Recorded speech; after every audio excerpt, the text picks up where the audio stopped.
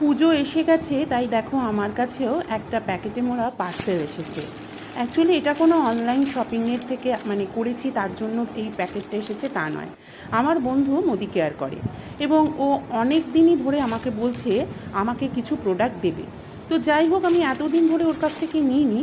তো আজকে এই প্রোডাক্টগুলো কিছুদিন আগে আমি অর্ডার দেওয়াতে আজকে আমার বাড়িতে এসে দিয়ে গেছে। একটা দেখো মানে চা পাতা আছে, একটা মানে চুলটাকে স্মুথ করার জন্য একটা হেয়ার ক্রিম আছে, একটা ছেলেদের জন্য ফেস ওয়াশ আছে, সাথে একটা বাথরুম ক্লিনার আছে এবং একটা নেল রিমুভার আছে, একটা হেনার প্যাকেট। এছাড়াও অনেক কিছু জিনিসই মুদি কেয়ারে পাওয়া যায়, তো সেগুলো আমি অতভাবে অর্ডার দিইনি।